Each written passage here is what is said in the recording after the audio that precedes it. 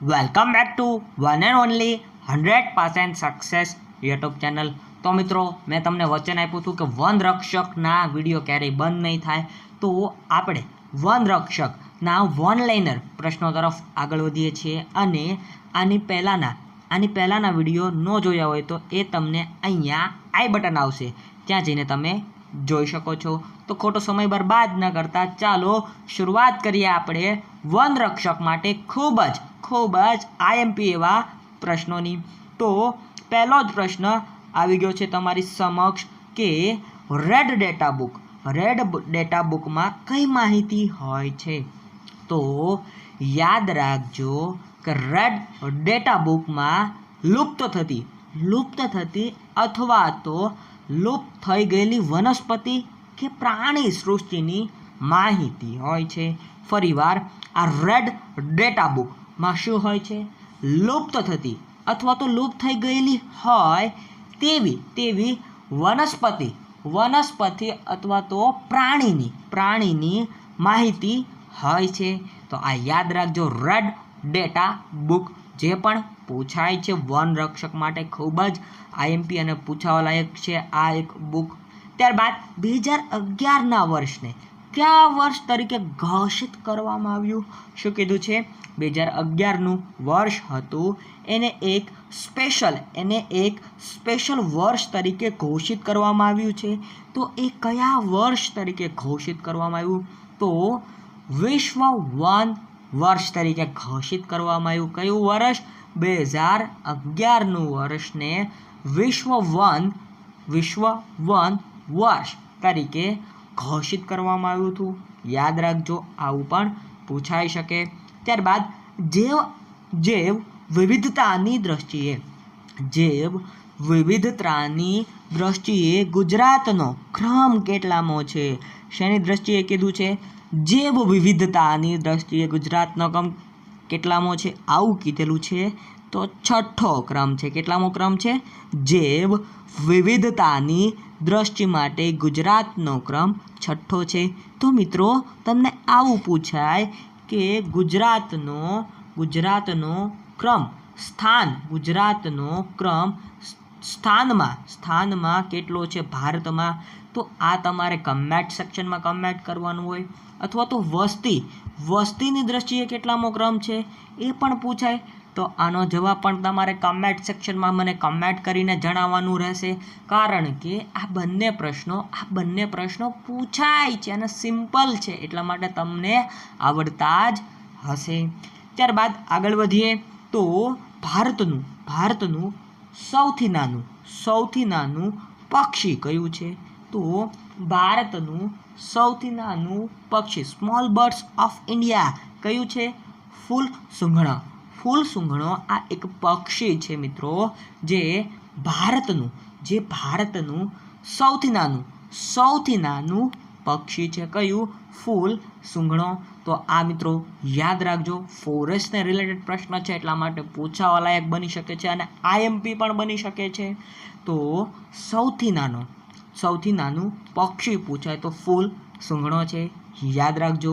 ત્યારબાદ ગુજરાતનું પ્રથમ અભયારણ્ય, ગુજરાતમાં સ્થાપવામાં આવેલું પ્રથમ અભયારણ્ય પૂછેલું છે.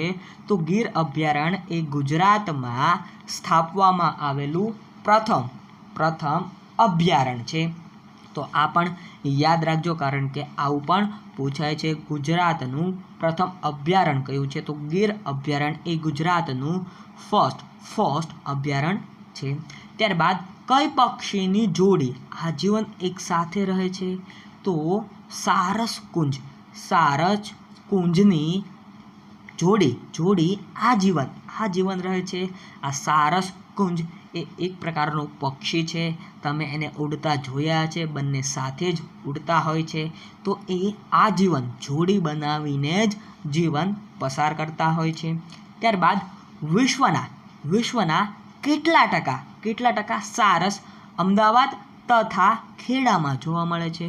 તો વિશ્વના 20%, 20% સારસ અમદાવાદ અને ખેડા આ બંને જિલ્લાની આજુબાજુ જોવા મળે છે. એનું મુખ્ય કારણ મિત્રો ત્યાં આવેલી નદીઓ છે. ખેડા જિલ્લામાંથી પસાર થતી મહી, સાબરમતી અમદાવાદમાંથી પસાર થાય તો આ બંને નદીઓનું વાતાવરણ એવું છે જે સારસ પક્ષીઓ પોતાની મન મેળે રહી શકે છે. એટલા માટે ત્યાં 20% જેટલા સારસ પક્ષીઓ જોવા મળે છે. ત્યારબાદ વાત કરીએ ગંગા નદીમાં જોવા મળતી ડોલ્ફિનનું શાસ્ત્રીય નામ શું છે? તો પ્લાન્ટના શું છે નામ? પ્લાન્ટાનિસ્ટા ગંગેટિકા. મિત્રો નામ થોડુંક અટપટું છે ને, પરંતુ આવું શાસ્ત્રીય નામ ગંગામાં જોવા મળતી ડોલ્ફિન નદીનું નામ છે. તમારે તો યાદ જ રાખવું પડે, ભલે ગમે તેવું નામ હોય. ત્યારબાદ કચ્છના રણમાં લુપ્ત થવાને આરે આવેલું શિયાળ જેવું પ્રાણી કયું છે? તો કચ્છમાં લુપ્ત થવાને આરે આવેલું શિયાળ જેવું પ્રાણી કયું છે? હેણોપ્રો એ લુપ્ત થવાને આરે આવેલું પ્રાણી છે, જે શિયાળ જેવું જ લાગે છે પરંતુ થોડુંક અલગ છે. હેણોપ્રો યાદ રાખજો આ પ્રાણીને. ત્યારબાદ વિલાયતી પટ્ટાઈ કયા પંથકમાં જોવા મળે છે? તો વેળાવદર અને ભાલ પંથકમાં વિલાયતી પટ્ટાઈ જોવા મળે છે. ત્યારબાદ આગળ વધીએ. અને હા મિત્રો, વિડીયો ગમતો હોય તો એક લાઈક, શેર અને કમેન્ટ કરવાનું ના ચૂકશો. ત્યારબાદ જૈવ વિવિધતાની દ્રષ્ટિએ વિશ્વમાં ભારતનો ક્રમ કેટલામો છે? તો આમાં ભારતનો ક્રમ પૂછ્યો છે. શેમાં પૂછ્યો છે? જૈવ વિવિધતાની દ્રષ્ટિએ ભારતનો ક્રમ પૂછ્યો છે. તો ભારતનો ક્રમ કેટલામો છે? 6થો ક્રમ છે. દુનિયામાં 6થો ક્રમ છે. શેની દ્રષ્ટિએ? જૈવ વિવિધતાની દ્રષ્ટિએ વિશ્વમાં ભારતનો ક્રમ કેટલામો છે? 6થો ક્રમ છે. યાદ રાખજો, પૂછાઈ શકે એવું છે એટલા માટે. ત્યારબાદ ઘાસ સંશોધન કેન્દ્ર ક્યાં આવેલું છે? તો આ ઘાસ સંશોધન કેન્દ્ર રાજકોટ ખાતે આવેલું છે. પરંતુ હવે તમારે મને કહેવાનું છે કે આ ઘાસ સંશોધન કેન્દ્ર કયા તાલુકામાં આવેલું છે? આ પૂછાય છે. તો આનો જવાબ તમારે મને કમેન્ટ સેક્શનમાં કમેન્ટ કરીને કહેવાનો રહેશે.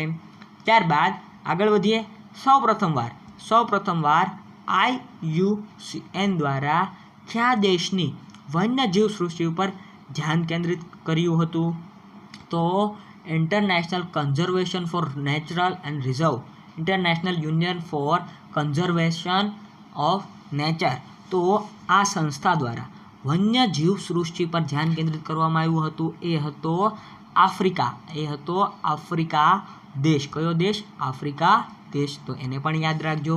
ત્યારબાદ હંસરાજ એ કેવી વનસ્પતિ છે? તો આ હંસરાજ એ વનસ્પતિ છે, અને જે કેવી છે? ત્રણ અંગવાળી વનસ્પતિ છે. કઈ વનસ્પતિ? હંસરાજ એ કઈ વનસ્પતિ છે? કેવી વનસ્પતિ છે? તો ત્રિઅંગી વનસ્પતિ છે. તો આને પણ યાદ રાખજો, આ પણ પૂછાઈ શકે. ત્યારબાદ કચ્છના અખાત અને લક્ષદ્વીપ સમૂહમાં શું વિશેષ જોવા મળે છે? તો કચ્છના અખાતમાં અને લક્ષદ્વીપ ટાપુ સમૂહ જે આવેલો છે ત્યાં વિશેષ પ્રમાણમાં પરવાળા જોવા મળે છે. અને કચ્છના અખાતની આજુબાજુ દરિયા કિનારે અને જામનગરથી ઓખા સુધીના વિસ્તારમાં પરવાળાના ટાપુઓ પણ બની ચૂકેલા છે. તો આ યાદ રાખજો, પરવાળા એક સજીવ સૃષ્ટિનો એક ભાગ છે જે અનેક પ્રકારે ઉપયોગી બને છે. ત્યારબાદ વિશ્વમાં સૌથી વધુ મેંગ્રોવ્સ ક્યાં જોવા મળે છે? તો વિશ્વમાં સૌથી વધુ પ્રમાણમાં મેંગ્રોવ્સ ક્યાં જોવા મળે છે? ઇન્ડોનેશિયામાં જોવા મળે છે. ક્યાં જોવા મળે છે સૌથી વધારે મેંગ્રોવ્સ? તો આ પ્રકારની વનસ્પતિ જે દરિયામાં જ થાય છે અને દરિયા કિનારે જ જોવા મળે છે, તો આ ક્યાં સૌથી વધુ થાય છે? ઇન્ડોનેશિયામાં સૌથી વધારે પ્રમાણમાં આ વનસ્પતિ જોવા મળે છે. કઈ? મેંગ્રોવ્સ. આમ તો આના વૃક્ષો પણ બની ચૂકે છે. વૃક્ષો મોટા થઈ જાય છે. મિત્રો, તમે ક્યારેક ફ્રી હોવ અને જો ભાવનગરના દરિયા કિનારે આવો તો તમને જોવા પણ મળશે.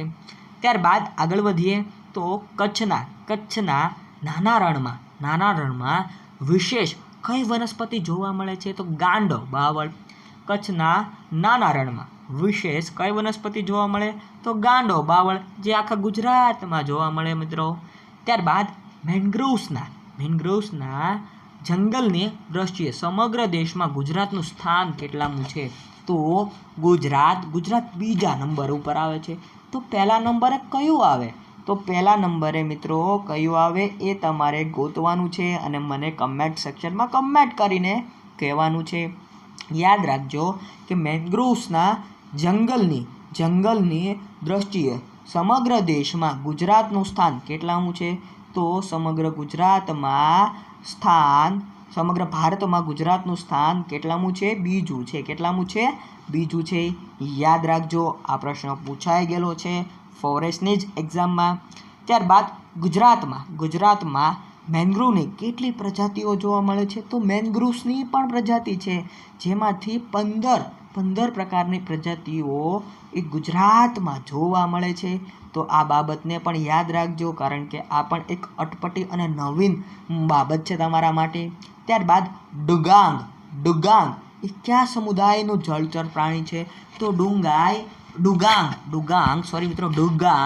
એ સસ્તન વર્ગનું, કયા વર્ગનું? સસ્તન વર્ગનું એક સમુદાયનું જળચર પ્રાણી છે. કેવું પ્રાણી છે? જળચર પ્રાણી છે. યાદ રાખજો કયું પ્રાણી? ડુગાંગ.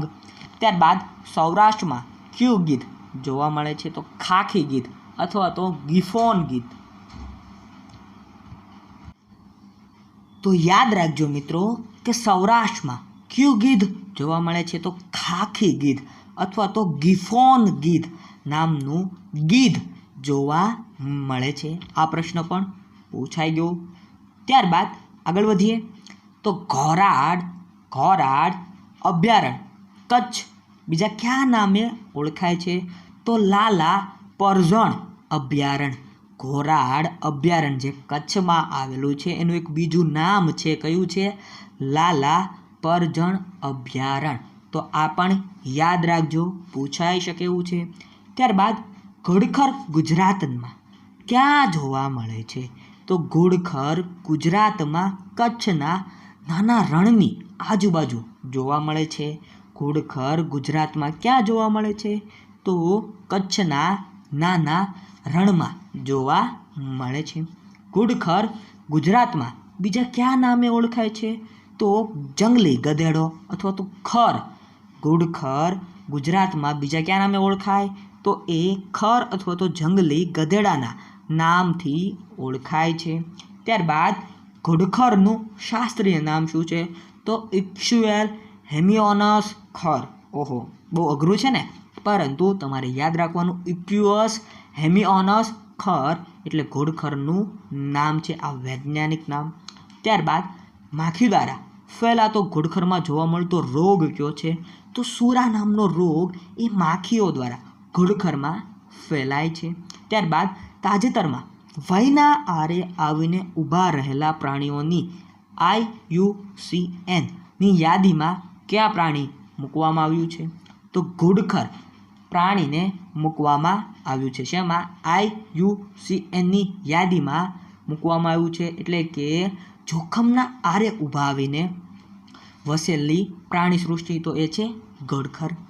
ત્યારબાદ કસ્તુરી મૃગ કયા રાજ્યનું રાજ્ય પશુ છે? તો ઉત્તરાખંડનું રાજ્ય પશુ કયું છે? કસ્તુરી મૃગ.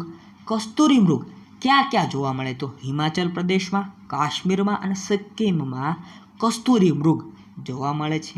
ત્યારબાદ કસ્તુરી મૃગની નાભીમાંથી નીકળતા સુગંધિત તરલ પદાર્થને શું કહે છે? તો એને કસ્તુરી કહેવામાં આવે છે. ત્યારબાદ અરણીના આયુર્વેદમાં બીજા કયા કયા નામો છે? તો જવરધ્વન, જંતુધ્વન, શિરગુણકારી. તો આ એના આયુર્વેદમાં બીજા નામ છે. તો મિત્રો આ હતો ફોરેસ્ટનો એક નાનો એવો શોર્ટ વિડીયો. વિડીયો ગમ્યો હોય તો લાઈક, શેર, કમેન્ટ અને સબસ્ક્રાઈબ કરવાનું ન ચૂકશો અમારી 100% સક્સેસ યુટ્યુબ ચેનલને. જય હિન્દ, જય ભારત, વંદે માતરમ.